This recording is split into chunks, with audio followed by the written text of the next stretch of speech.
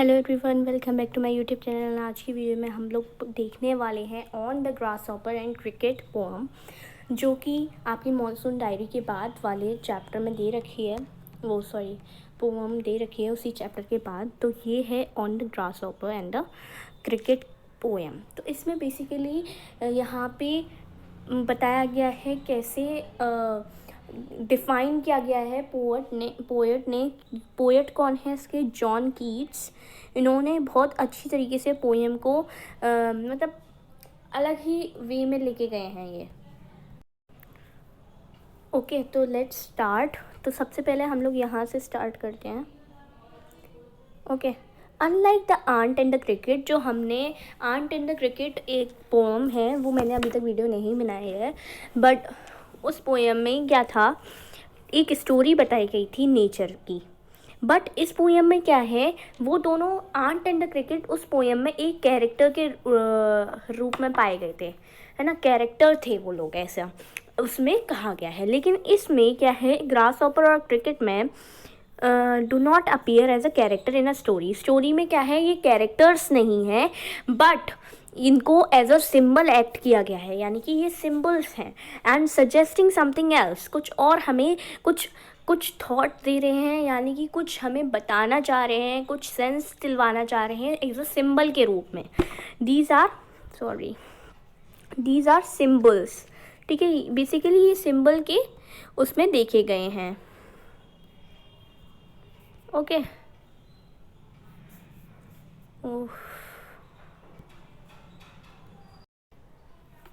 Okay, तो हम let's start the poem. Read the poem and notice how the poetry of earth keeps on through summer से लेके winter तक कैसे जो है कीप मतलब अपनी टोन में रहती है ये अर्थ की पोएट्री यानी कि ब्यूटी, मेलोडी, म्यूज़िक, कैसे इसका जो अर्थ का जो म्यूज़िक होता है, पोएट्री होती है, और जो मेलोडी होती है बेसिकली, वो कैसे कीप्स ऑन, मतलब रुकती नहीं है।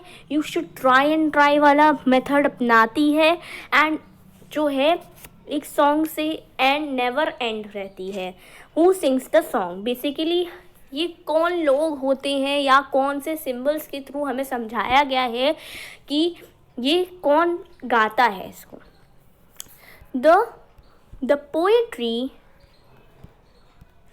Poetry of earth is never dead, यानी कि पोएट्री यानी कि beauty of earth, melody of earth, या फिर music of earth. I think ये कलर दिख नहीं रहा होगा आप लोग को, ठीक है। तो poetry of earth is never dead, मतलब कभी भी मरेगी नहीं। जो हमारी जो ब्यूटी है अर्थ की, कभी नहीं मरेगी। क्यों नहीं मरेगी, इस पोएम में हमें समझाया गया है। When all the birds are faint, जब सारी बर्ड्स फेंट यानी कि साइलेंट होती हैं, with the hot sun, summer season की बात की जा रही है इसमें। किस सीज़न की, समर सीज़न की इसमें बात की जा रही है कि जब सारी बर्ड्स जो हैं फेंट हो जाती हैं, साइलेंट हो जाती हैं because of the hot sun, और अपने ट्रीज़, कूलिंग ट्रीज़, यानी कि ट्रीज़ बेसिकली कूल ही होते हैं हर वक्त, एंड शीट्स के लिए घुस जाती हैं, छुप जाती हैं। अ वॉइस विल रन, एकदम से एक आवाज़ आएगी। तो ये आवाज़ जो है आपके बर्ड्स की आवाज़ नहीं होती है। And hide in the cooling tree, a voice will run from hedge to hedge. From hedge to hedge एक वॉइस आएगी, एक आवाज़ आएगी, has to has.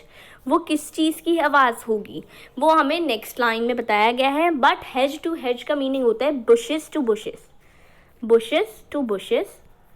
Has to hedge मतलब बुशेस टू बुशेस। जो आवाज़ आती है एक about the new moon mead, ठीक है। तो ये एक नई चीज़ होती है कि ऐसी आवाज़ कैसे आ जाती है बेसिकली, ठीक है। ऐसी आवाज़ आती है तो आती कैसे है। When all birds are faint and hide in the cooling tree from hedge to head, यानी कि हैज टू हैज यानी कि bushes to bushes, about the new moon mead. That is the grasshopper's, he takes the lead, यानी कि that is the grasshopper. जो ये आवाज़ आती है, द वॉइस विल रन, जो ये आवाज़ आती है, ये आवाज़ किसकी होती है? ये बर्ड्स की आवाज़ नहीं होती, क्योंकि हमें पहले ही बोल चुके हैं कि ये बर्ड्स जो होती हैं फेंट हो जाती हैं समर सीज़न में, तो मतलब साइलेंट हो जाती हैं। तो अब ये आवाज़ किसकी होगी? ये आवाज़ थी ग्रासहॉपर की, जो एक समर लग्जरी के उसमें लीड रोल दे रखा है इसको, इन समर लग्जरी, यानी कि इसको रोल दिया गया है समर सीजन का। He has never done with his delights for when tired out with fun। जैसे ही वो क्या है, बुशेस टू बुशेस क्या करता है, कूदता है। बुशेस टू बुशेस यानी कि एक सेम टाइप्स ऑफ प्लांट्स होते हैं और उस पर ही कूदता है विद फन कर रहा होता है। इसी आवाज़ को कह रहे हैं अ वॉइस विल रन। तो यानी कि मेलोडी अभी भी चल रही है अर्थ की। जैसे ही बर्ड्स शांत हुई तो ग्रासहॉपर शुरू हो गए, जैसे ही ग्रासहॉपर बंद होगा तो कुछ और शुरू हो जाएगा। बेसिकली यहाँ पे कहना क्या चाह रहे हैं कि बुशेस टू बुशेस चलता ही रहता है, ये कभी भी रुकना नहीं चाहिए। ठीक है। With his delights for when tired out with fun he rest at ease beneath some pleasant weed. यानी कि प्लीजेंट वीड ये लाइन बहुत ही मतलब अलग टाइप में बताई गई है, बट इसका मीनिंग बहुत सिंपल है, इजी है। दैट जब इस वाली लाइन का मीनिंग है विद हिज डिलाइट्स वाला, जैसे ही वो खुश होता है वो बुशेस टू बुशेस फन में कूदता फुदकता रहता है, जिसकी आवाज़ क्या है, एक मेलोडी है, एक पोएट्री है अर्थ के लिए।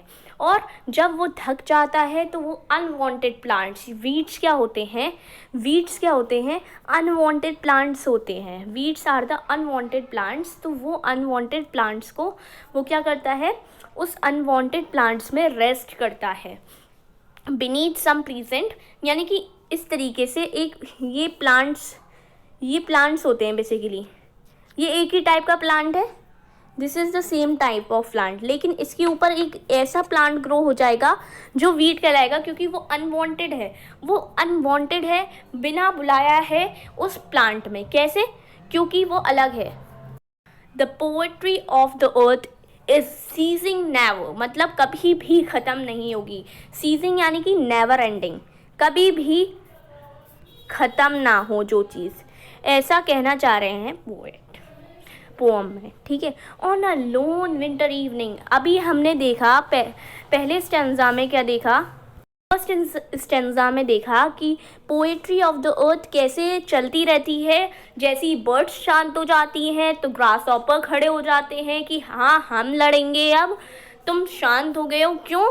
क्योंकि सन की वजह से वो लोग क्या हो जाती हैं, कूल ट्रीज में घुस जाती हैं, जिसकी वजह से बुशेस टू बुशेस में मज़े करने के लिए ग्रासहॉपर आ जाता है, जिसकी वॉइस एक पोएट्री बताई गई है। ठीक है। तो ये बुशेस टू ये बताया गया है आपको पहले स्टेंजा में, और ये भी बताया गया है ये कौन था, ये लीड कौन प्ले कर रहा है समर लग्जरी का, grasshopper. He has never done, ऐसी मतलब उसने कभी भी जो चीज़ की ना हो। एंड इसमें ये बताया है वो बड़े जॉय के साथ, बड़े ही मज़े के साथ घूमता फिरता है बुशेस पे। और सेकंड लास्ट लाइन में बोला है कि वो बीनीथ यानी कि ऐसे प्लीजेंट वीड्स पे रेस्ट करता है जो कि अनवांटेड होते हैं। वीड्स क्या होते हैं, बेसिकली अनवांटेड होते हैं, और ऐसे ही उस पे ये आराम करता है। सॉरी, वो धोखे से हो गया था। हम अब सेकंड स्टेंजा पे आ जाते हैं। तो सेकंड स्टेंजा में क्या कह रहे हैं, poetry of earth is ceasing never, never ending, on a lone winter evening when the frost यानी कि राइम। ठीक है। फ्रॉस्ट मतलब राइम, जब फ्रॉस्ट होता है तो मतलब लोन हो जाता है, मतलब बिल्कुल साइलेंट हो जाना, है ना। Has wrought a silence, wrought यानी कि ब्रॉट अबाउट, एक साइलेंस ले आता है। ये एक साइलेंस सा आ जाता है जो फ्रॉस्ट ले आता है विंटर में। समर में सन ले आता है, लेकिन उसे कंटिन्यूस रखने के लिए कि पोएट्री ऑफ द अर्थ बिल्कुल भी मरे ना, तो उसकी वजह से ग्रासहॉपर आ जाता है। लेकिन अब विंटर के लिए कौन आता है, तो वही विंटर के लिए कौन आता है, तो फ्रॉम द स्टोन देयर श्रिल्स मतलब क्या होता है, comes through loud and clear, यानी कि फ्रॉस्ट की आवाज़ बिल्कुल मतलब रॉक्स जो होते हैं ना, स्टोन्स जो होते हैं उसकी आवाज़ आ रही होती है, comes through loud and clear. तो स्टोन में से किस चीज़ की आवाज़ आ रही है, ये है क्रिकेट सॉन्ग, यानी कि ये आवाज़ किसकी आ रही है, ये आवाज़ आ रही है क्रिकेट की। इन वार्मथ इंक्रीजिंग एवो, यानी कि ये क्या फैला रहा है, गर्मी फैलाने के लिए ये क्या रेगुलर क्या कर रहा है, सॉन्ग को गा रहा है। And seems to one in drowsiness half lost, drowsiness मतलब लेजीनेस, जब हम सो रहे होते हैं, हाफ लॉस्ट क्या बोल रहा है, मतलब हम जब सो रहे होते हैं तब हमें क्या लगता है कि ये आवाज़ किसकी है, ग्रासी हिल्स में ग्रास ऑपर की है। बिकॉज इसमें यहाँ ऐसा क्यों कहा गया है कि क्रिकेट की आवाज़ ना कह के उसको ग्रास ऑपर की आवाज़ इसलिए बताया गया है कि ग्रास ऑपर और क्रिकेट की आवाज़ जो होती है बेसिकली दोनों की ना ज़्यादातर सेम आवाज़ होती है, और जब हम आधे सो रहे होंगे तो आप खुद ही सोचो तो हम इसकी आवाज़ किसको बताएंगे।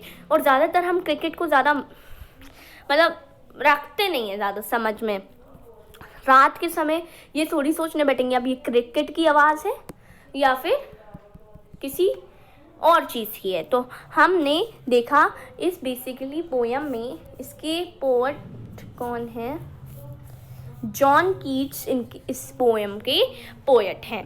तो इन्होंने इतनी अच्छा मैसेज कन्वे करना चाहा है, ठीक है, तो इस पोएम में वही चीज़ उन्होंने बताना चाहा है कि किस तरीके से वो ये कहना चाह रहे हैं। बेसिकली आप कह रहे होगे इस पोएम से हमें क्या शिक्षा मिलती है, क्या थॉट्स मिलते हैं, क्या मोरल मिलता है। तो यही मिलता है दैट कि हम लोग ना जब हमारे साथ कोई डिफ़िकल्टीज़ आ जाती हैं ऐसी, तो हम क्या करते हैं, उसको क्या कर देते हैं, गिव अप कर देते हैं। तो वही गिव अप नहीं करना है कि एक ने छोड़ दिया, गिव अप कर दिया तो दूसरा भी वही करेगा, लेकिन एक ने कहा कि हाँ तुम मेरी जगह इतना काम कर लेना, मैं इतना काम कर लूँगी, तो ये बट गया। और ये क्या हो रहा है अब मतलब आप कैरी ऑन कर रहे हो, ना कंटिन्यू कर रहे हो आप, ना कि आप उसको गिव अप कर रहे हो। तो यहाँ पे ये कह रहे हैं कि उसने उसका साथ दिया, पोएट्री कभी भी ऐसे ख़त्म ही नहीं होगी। ये इसका सपोज समर के बाद विंटर ही ना आए, लेकिन रेगुलर आ रहा था, अब नहीं आ रहा, तो आप थोड़ा सा कुछ कह रहे होंगे कि ये क्या हुआ बेसिकली। तो ये चीज़ आपके अंदर नहीं रहने चाहिए कि आप लोग ये देखो कि कैसे किस तरीके से यहाँ पे पोएट ने बहुत ही अच्छा लेसन आपको प्रोवाइड किया है। तो अब यहाँ पे कह रहे हैं डिस्कस विद योर, यहाँ पे ग्लॉसरी में ये दो मीनिंग दिए गए हैं, इसकी जगह आप लोग एक और मीनिंग लिख लेना। सीजिंग का होता है नेवर एंडिंग, और ड्रॉन्सीनेस का होता है लेजीनेस। पोइट्री का लिख लेना bushes melody, beauty melody on music. फेंट का लिख लेना साइलेंट। हैज टू हैज का लिख लेना बुशेस टू बुशेस। तो ये कुछ मीनिंग्स एक्स्ट्रा बता दिए मैंने कि आप लोग समझ लो। प्लेजेंट यानी कि ब्यूटीफुल याद कर लेना, ये कुछ मीनिंग्स एक्स्ट्रा हैं। फिर हम लोग यहाँ पे क्वेश्चन आंसर्स देखते हैं। तो यहाँ पे कह रहे हैं discuss with your partner the following definition of a poem. A poem is made of words arranged in a beautiful order. These words which when read aloud with feeling have a music and meaning of their own. तो हम इसका answer बोलेंगे very true, poetry is different from prose between it arranges between best words in a musical order. However, a poem being short, musical and interesting is easy to learn by heart and to remember for a long period. यानी कि जब हमें छोटे मतलब ये remember कैसे याद रहती है आपको कि ये छोटी होती है, समझने वाली होती है और आप उसको इजी अंडरस्टैंड कर सकते हैं क्योंकि इसमें वर्ड्स जो यूज़ किए जाते हैं अंडरस्टैंडेबल होते हैं. सेकंड क्वेश्चन है the poetry of earth is not made of words. What is made of as suggested in the poem? The poetry of earth is made of chirping of birds in trees and a grasshopper's sound. They song joyfully without a long break. ठीक है. Third question है Find the poem lines in the lines that match the following. The grasshopper's happiness never comes to an end. He has never done with his delights. तो ये grasshopper's happiness कैसे आपको दिखाई दे रही है? कैसे आंसर होगा इस क्वेश्चन का कि he has never done his with his delights. तो ये आपके स्टेंजा 1 में है कि कैसे इसको आप लाइन देंगे. जो लाइन आपको दे रखी है काय में, स्टैंजा में दे रखी है. He has never done with his delights. The cricket song has a warmth that never decreases. तो क्रिकेट का सॉन्ग ऐसा होता है. तो इसका आंसर होगा The cricket song in warmth increasing ever. तो ये आपका इसका आंसर हो जाएगा. Which, ये फोर्थ क्वेश्चन है, which word in stanza 2 is opposite in the meaning to the frost. stanza 2 में frost का opposite क्या दे रखा है? तो opposite दे रखा है frost का warmth. opposite of यहाँ पे दे रखा है किसका? frost का opposite. ठीक है. लास्ट क्वेश्चन है, the poetry of the earth continues round the year through a cycle of 2 seasons. कौन कौन से सीजन्स बताए गए हैं? 2 major seasons in a year are summer and winter. Both are rich in music. In summer the representative voice is that of the birds and the grasshoppers. In winter the cricket is the prime singer. तो ये हमारे questions हो गए. Okay, so this was about on the grasshopper and the cricket poem, and it was of very great meaning. and और ज़्यादातर poems इतना अच्छा meaning provide नहीं करती, लेकिन जॉन कीट्स के थ्रू ये पोएम इतनी अच्छी आई है दैट आपको कभी भी गिव अप नहीं करना चाहिए. Do not give up.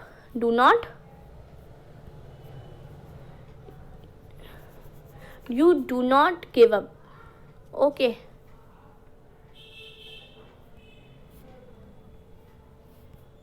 Okay. Give up नहीं करना. गिव अप नहीं करना कभी भी. इस पे क्रॉस लगाना है. एक्सक्यूजेस पे क्रॉस लगाना है हमें. गिव अप कभी नहीं करना है. So this was all about the poem. Hope you liked the poem. So please like my channel, subscribe to it. Thanks for watching.